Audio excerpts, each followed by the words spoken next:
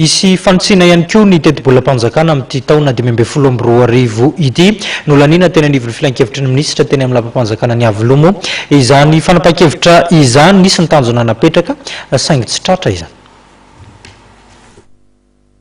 Nolanina nandritra ny filan-kevitry ny minisitra omaly ny volavolan-dalàna mikasika ny teti-bolam-panjakana na sipantsina.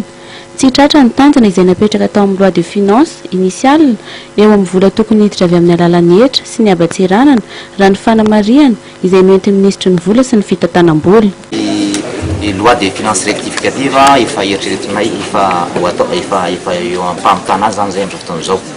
Ny mahakasika ny recette douanière sy ny recette fiscale marina fa raha oharina tamin'izay voasoratra tao anatin'ny loi de finance initial zany dia tsy tratra le izy no ny antony maro samihafa. Inona ny antony? Ny antony voalohany zany dia eo ny conjoncture maro samihafa tsy eto amin'ny firenentsika ihany fa maneran-tany ihany koa. Ny fidinan'ireo cours ny produit de base zany na ny cobalt zany na ny produit de base zay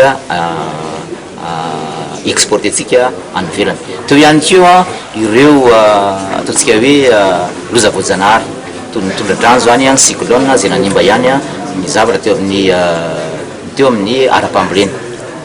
Ireny dia teo ihany koa zany mbola fiambamban'ny opérateur eo amin'ny tena hoe androsoany amin'ny fanaovana investissement satria hitantsika ihany reny problème politique maro samihafa nitranga teto amin'ny fireneny reny. Ireny zavatra reny dia nahatonga ny tsy fiakarany fanafaran'entana be loatra.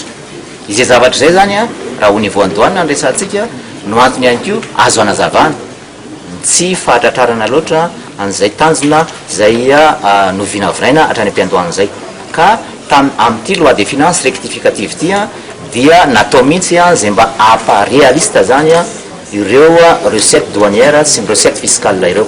Raha ao anatin'ny teti-bolam-panjakana fototra na ny loi de finance initiale ny resahana dia nitombanana 2,3 miliara ariary ny vola anatiny tokony niditra tamin'ny kitapom-bolam-panjakana amin'ny alalan'ny hetra sy ny abatseranana ka ny iraika amin'ny 7,7 miliara ariary ny tokony hiditra eo amin'ny hetra na ny recette fiscale ary 7,7 miliara ariary ny tokony ampidirany fahaditseranana.